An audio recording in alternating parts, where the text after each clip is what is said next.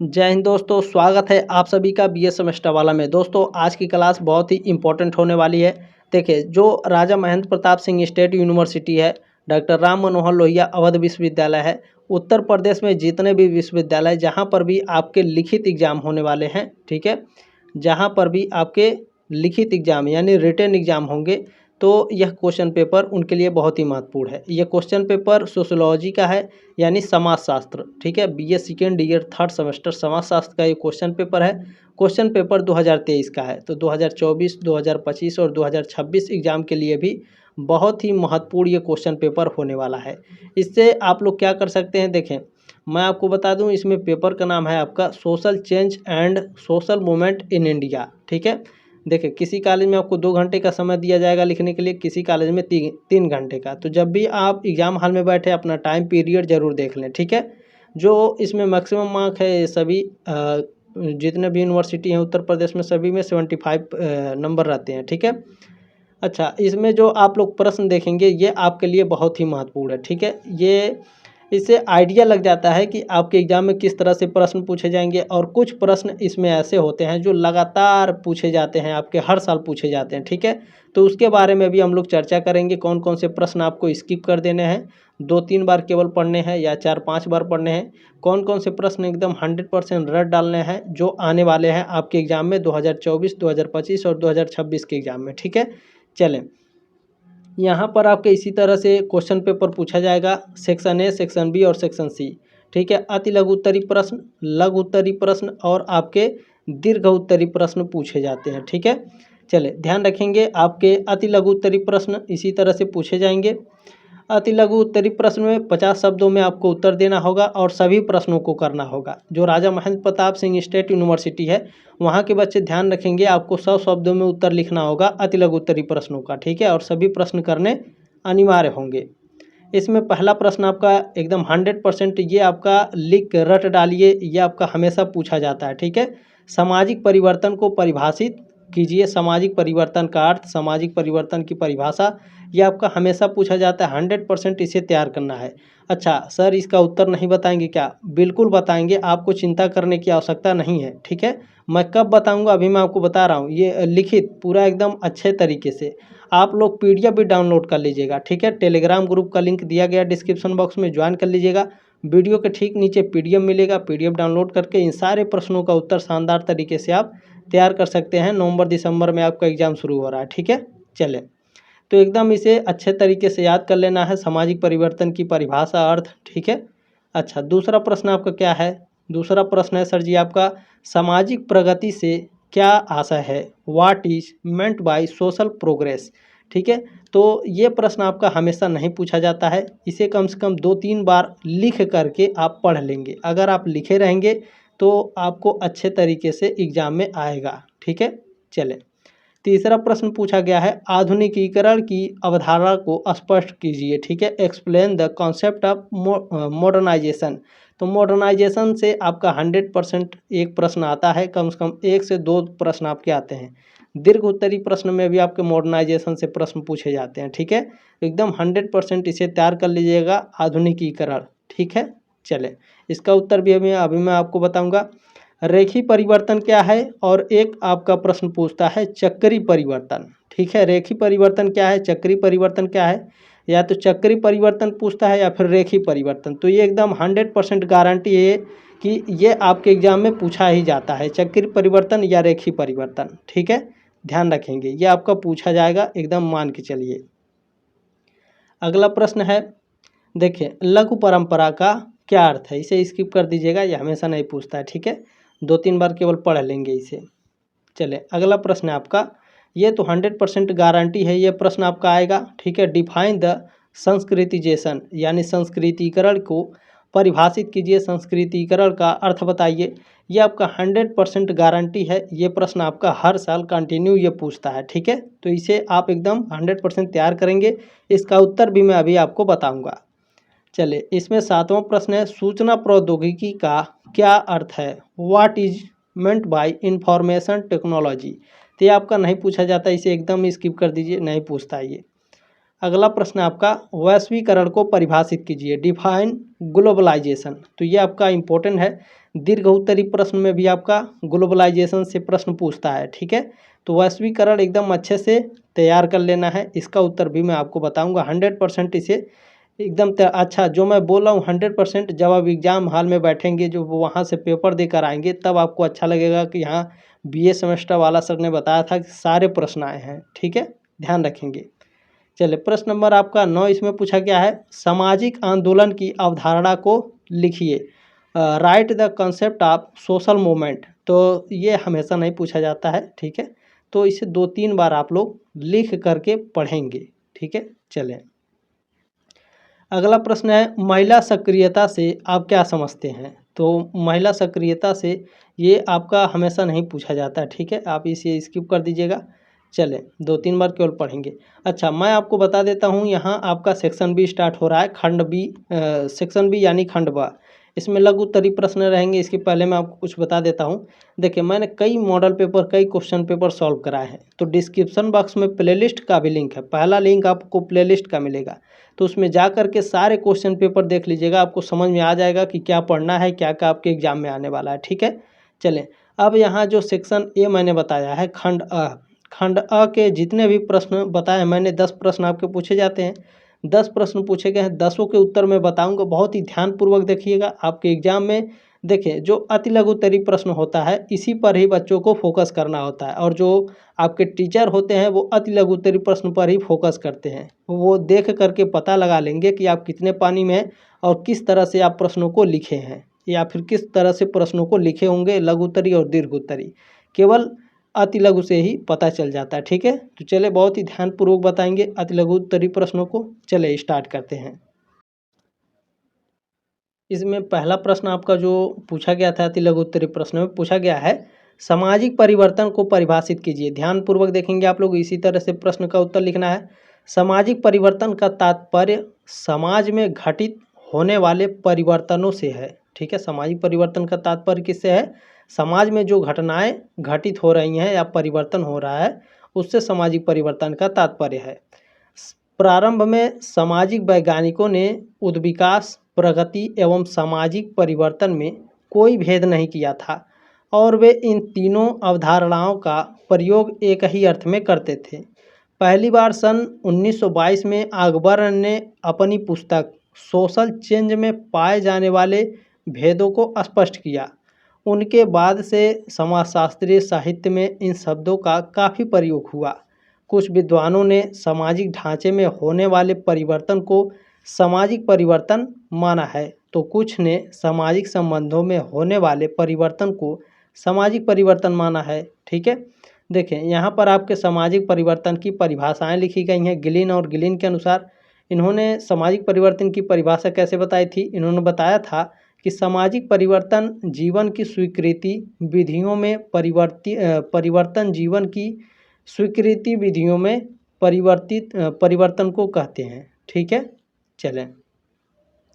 आपके जेनसन ने परिभाषा दिया था सामाजिक परिवर्तन का। इन्होंने कहा था, सामाजिक परिवर्तन को लोगों को कार्य करने तथा विचारों की पद्धतियों में रूपांतरण कहकर परिभाषित कर सकते हैं। ठीक है, लुनबर्ग एवं अन्य का कहना है, यहाँ पर आपका थोड़ा टाइपिंग में गलती हुई। ठीक है, लुनबर्ग का कहना है, आप लोग ध्यान रखेंगे, सामाजिक परिवर्तन अंतर्मानवीय संबंधों एवं आचरण में स्थापित मानकों से किसी परिवर्तन का निर्देश करता है।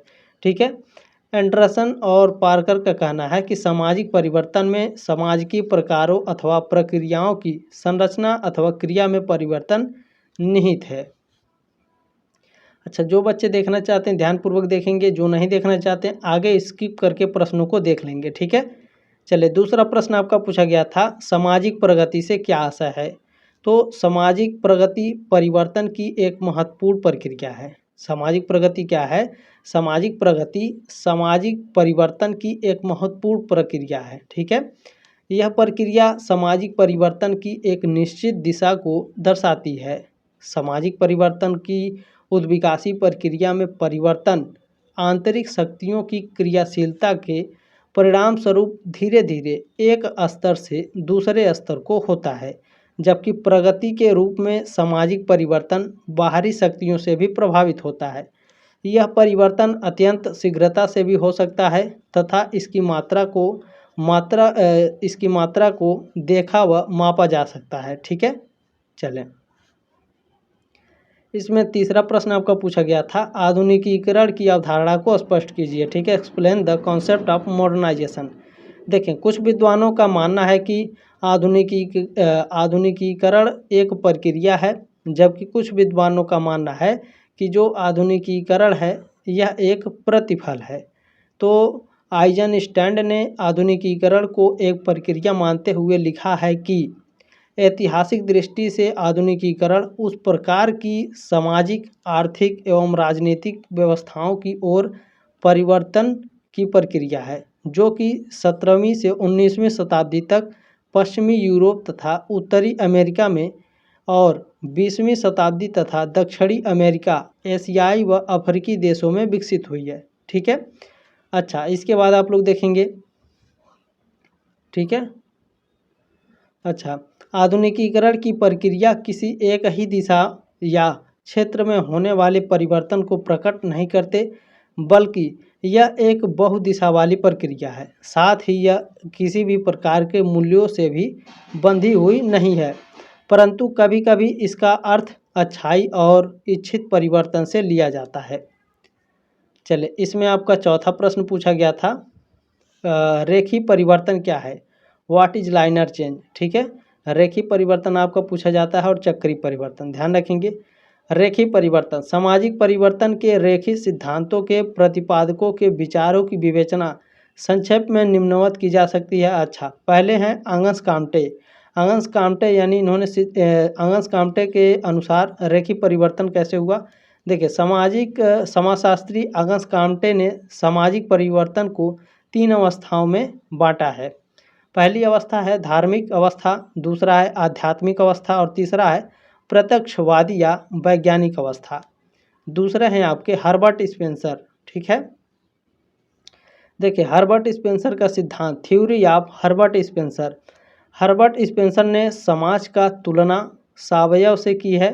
उसकी मान्यता है कि मानव समाज की ओर, ठीक है, मानव समाज की प्रगति की ओर बढ़ रहा है, जो धीरे धीरे श्रेष्ठ अवस्था को प्राप्त कर रहा है। समाज युद्धवाद यानी सैनिकवाद से उद्योगवाद को प्राप्त हो रहा है। समाज की प्रारंभिक अवस्था में सैनिकवाद का प्रचलन था। ठीक है, समाज का प्रारंभिक अवस्था में सैनिकवाद का प्रचलन था। मनुष्य युद्धरत समूहों में विभाजित था, इस कारण सदैव संघर्ष की स्थिति बनी रहती थी।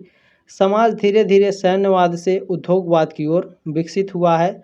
समाज सदा प्रगति की ओर विकसित होता है, ऐसा स्पेंसर का कहना है।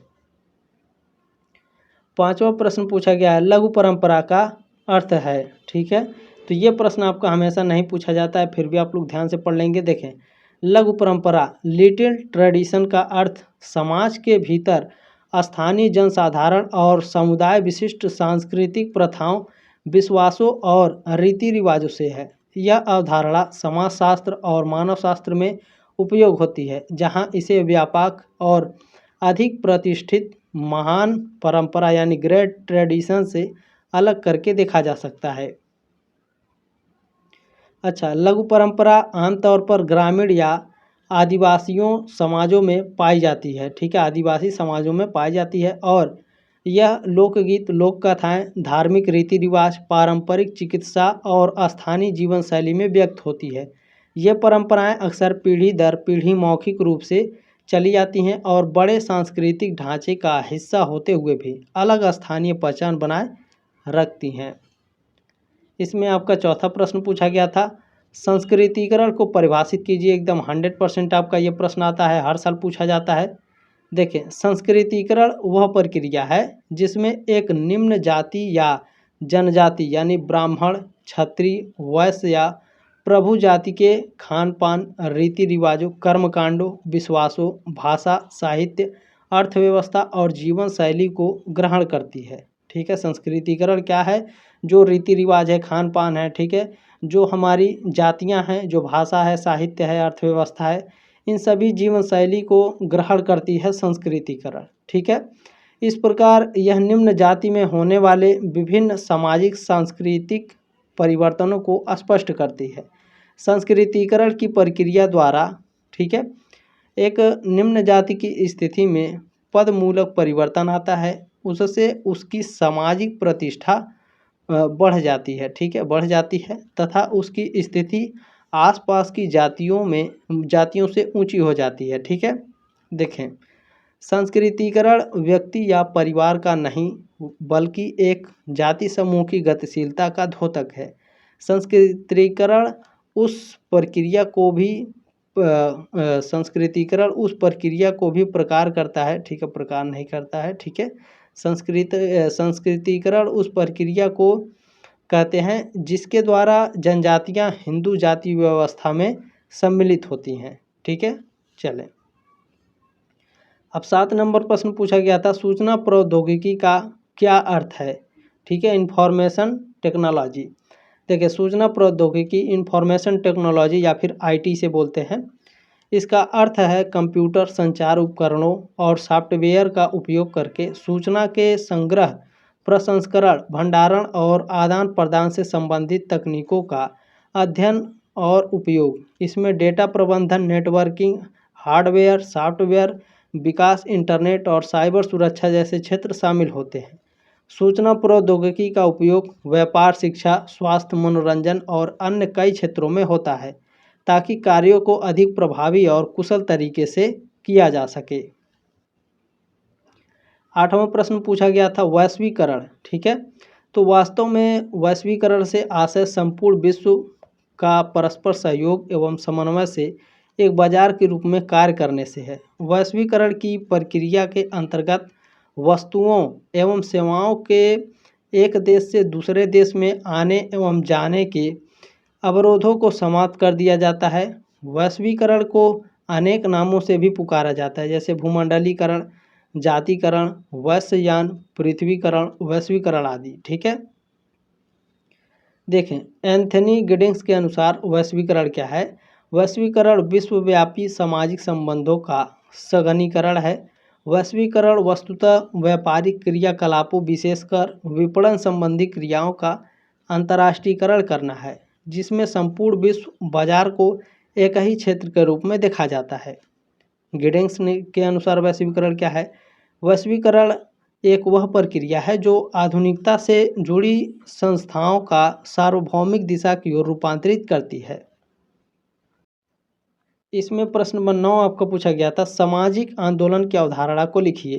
देखें, किसी भी समाज में सामाजिक आंदोलन उनके बीच में तब पैदा होते हैं जब वहाँ के लोग वर्तमान स्थिति से असंतुष्ट हों, उसमें परिवर्तन लाना चाहते हों। कभी कभी सामाजिक आंदोलन किसी परिवर्तन का विरोध करने के लिए भी आयोजित किए जाते हैं। सामाजिक आंदोलन के पीछे एक विचारधारा होती है। प्रारंभ में सामाजिक आंदोलन का असंगठित एवं अव्यवस्थित रूप धीरे धीरे संगठित एवं व्यवस्थित रूप धारण कर लेता है। सामाजिक आंदोलन के एक सामूहिक व्यवहार होने के कारण अगस्त कांटे, इमाइल दुर्खिम, लीवा टार्डे आदि की रुचि इसमें अधिक रही। ठीक है, देखिए, इसमें कुछ आपके बताए गए हैं। हार्टन एवं हंट ने बताया है कि सामाजिक आंदोलन को इन्होंने परिभाषित करते हुए लिखा है कि सामाजिक आंदोलन समाज अथवा उसके सदस्यों में परिवर्तन लाने अथवा उसका विरोध करने का सामूहिक प्रयास है। हर्बर्ट ब्लूमन ने क्या कहा था सामाजिक आंदोलन को लेकर। इन्होंने कहा था कि सामाजिक आंदोलन जीवन की एक नई व्यवस्था को स्थापित करने के लिए सामूहिक प्रयास कहा जा सकता है।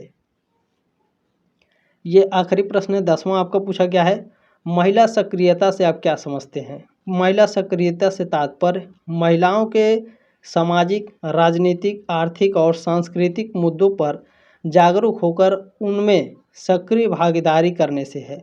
इसका उद्देश्य महिलाओं के अधिकारों की सुरक्षा, समानता और स्वतंत्रता को सुनिश्चित करना है। महिला सक्रियता में महिलाओं की शिक्षा, स्वास्थ्य, रोजगार और उनके खिलाफ हिंसा जैसे मुद्दों पर काम करना शामिल होता है ताकि वे अपने जीवन के हर क्षेत्र में स्वतंत्र और सशक्त रूप से भाग ले सकें। ठीक है, चले, ये आपका 10 प्रश्न हो गया। अब इसके आगे खंड ब, ठीक है, सेक्शन बी मैं समझाऊंगा और सेक्शन सी से कई प्रश्न आपके एग्जाम में मैं उनके बारे में भी डिस्कस करूंगा। चले स्टार्ट करते हैं। चले, यहाँ मैंने आपके सेक्शन ए को समझा दिया है। सेक्शन ए में जितने प्रश्न पूछे गए थे अति लघु में, मैंने सारे आपको प्रश्नों का उत्तर दे दिया, ठीक है। 10 प्रश्नों का आप लोग PDF डाउनलोड करके धीरे धीरे पढ़ते रहेंगे। नवंबर दिसंबर तक आपका शानदार तरीके से तैयारी हो जाएगी, ठीक है। सेक्शन बी यानी खंड ब, खंड ब में लघु उत्तरीय प्रश्न है। इससे कौन कौन से प्रश्न पूछे जाएंगे? देखिए, लघु उत्तरीय प्रश्न में आपके 200 शब्दों में उत्तर देना होगा। 5 प्रश्नों के उत्तर देना है। किसी कॉलेज में 4 प्रश्न करने होते हैं, किसी कॉलेज में 5 प्रश्न। तो आप नोट को जरूर पढ़ लेंगे जब भी एग्जाम देने बैठेंगे, ठीक है। जो राजा महेंद्र प्रताप सिंह स्टेट यूनिवर्सिटी, इन्होंने कहा है कि जो आपका लघु उत्तरीय प्रश्न है इसमें 250 शब्दों में उत्तर देना है, ठीक है। जो आपका दीर्घ उत्तरीय प्रश्न है वो 500 शब्दों में उत्तर देना है। चले, आपका इसमें पहला प्रश्न पूछा गया है, सामाजिक परिवर्तन तथा सामाजिक आंदोलन में अंतर लिखिए। वेरी वेरी मोस्ट इम्पोर्टेंट प्रश्न है, इसे आप 100% तैयार कर लेंगे। अगला प्रश्न है, तुलनात्मक अभाव बोध से आप क्या समझते हैं? स्किप कर दीजिए, यह हमेशा नहीं पूछा जाता है। 1-2 बार इसे पढ़ लेंगे ध्यान से लिख करके, ठीक है। झारखंड आंदोलन पर टिप्पणी लिखिए, ये भी आपका नहीं पूछा जाता है। इसे 2-3 बार आप लोग लिख करके पढ़ेंगे, ठीक है। चलें, ये तो आपका 100% वेरी वेरी मोस्ट इम्पोर्टेंट है। कृषक आंदोलन से आप क्या समझते हैं? इसे आप 100% तैयार करेंगे, ठीक है। चलें, अगला प्रश्न मैं आपको बताता हूँ। देखें, सामाजिक प्रगति और उद्द विकास में अंतर बताइए। तो सामाजिक प्रगति उद्द विकास very very most important topic है, ध्यान से इसे 100% रट डालना है। चले, अगला प्रश्न है आपका, सामाजिक परिवर्तन का समाजशास्त्री अर्थ लिखिए। Very very most important topic है। जो सामाजिक परिवर्तन टॉपिक है ये एकदम रट डालिए, घोल करके पी जाइए सामाजिक परिवर्तन, ठीक है। ये आपके एग्जाम में बहुत ही मोस्ट इम्पोर्टेंट है। ये बहुत सारे आपके प्रश्न इससे पूछे जाते हैं, ठीक है। ध्यान रखेंगे, 100% आएगा। अगला है, प्रसादवार पर प्रकाश डालिए। तो ये आपका नहीं पूछा जाता, स्किप कर दीजिए, 1-2 बार केवल पढ़ लीजिएगा। अगला प्रश्न है, सामाजिक परिवर्तन के मार्क्सवादी सिद्धांत की विवेचना कीजिए। वेरी वेरी मोस्ट इम्पोर्टेंट है, 100% इसे तैयार करेंगे। चले, अगला है आपका सेक्शन सी यानी खंड स में आपके दीर्घ उत्तरीय प्रश्न पूछे जाते हैं। दीर्घ उत्तरीय प्रश्न में आपके 500 शब्दों में उत्तर देने होंगे। सॉरी, जो राजा महेंद्र प्रताप सिंह स्टेट यूनिवर्सिटी है इसमें थोड़ा चेंज हो सकता है, तो आप लोग कमेंट करके बताइएगा। जो राजा महेंद्र प्रताप सिंह स्टेट यूनिवर्सिटी के बच्चे हैं कि जो आपका सेक्शन सी है इसमें कितने शब्दों में उत्तर देना है, ठीक है। इसमें पहला प्रश्न है आपका, वैश्वीकरण की अवधारणा एवं विशेषताएं का वर्णन। अच्छा, मैं इसमें कुछ बता देता हूँ। देखिए, किन्नी इस खंड से 2 प्रश्नों को करना है और 500 शब्दों में उत्तर देना है, ठीक है। तो जब भी आप एग्जाम हॉल में बैठेंगे तो आप लोग अपना नोट जरूर पढ़ लेंगे, जो भी आपका इंस्ट्रक्शन दिया रहेगा क्वेश्चन पेपर में। देखिए, वैश्वीकरण की अवधारणा एवं विशेषताओं का वर्णन कीजिए। वेरी वेरी मोस्ट इम्पोर्टेंट है वैश्वीकरण, ठीक है। ये टॉपिक बहुत ही इम्पोर्टेंट है, इसे एकदम रट डालेंगे। अगला प्रश्न है, भारत में क्षेत्रीय आंदोलन के आधारभूत कारण क्या रहे? ये आपका नहीं पूछा जाता है हर साल, तो आप इसे 2-3 बार केवल लिख करके पढ़ लेंगे, ठीक है, हमेशा नहीं। लेकिन जो मैं 100% बोल रहा हूँ एकदम 100% तैयार करिएगा, आपके एग्जाम में आएगा। देखिए, महिला आंदोलन, ये आपका कृषक आंदोलन, ये भी आपका बहुत ही इम्पोर्टेंट टॉपिक है, ठीक है। तो इसे 100% एकदम रट डालना है। तो महिला आंदोलन से आप क्या समझते हैं? भारत में महिला आंदोलन की विशेषताओं की विवेचना कीजिए। तो प्रश्न को चेंज करके पूछ सकता है, लेकिन जो महिला आंदोलन है इससे 100% आपके एग्जाम में प्रश्न आएगा, ठीक है। चलें, इसमें अगला प्रश्न है, भारत में दलित आंदोलन। तो दलित आंदोलन भी बहुत ही इम्पोर्टेंट है, ठीक है।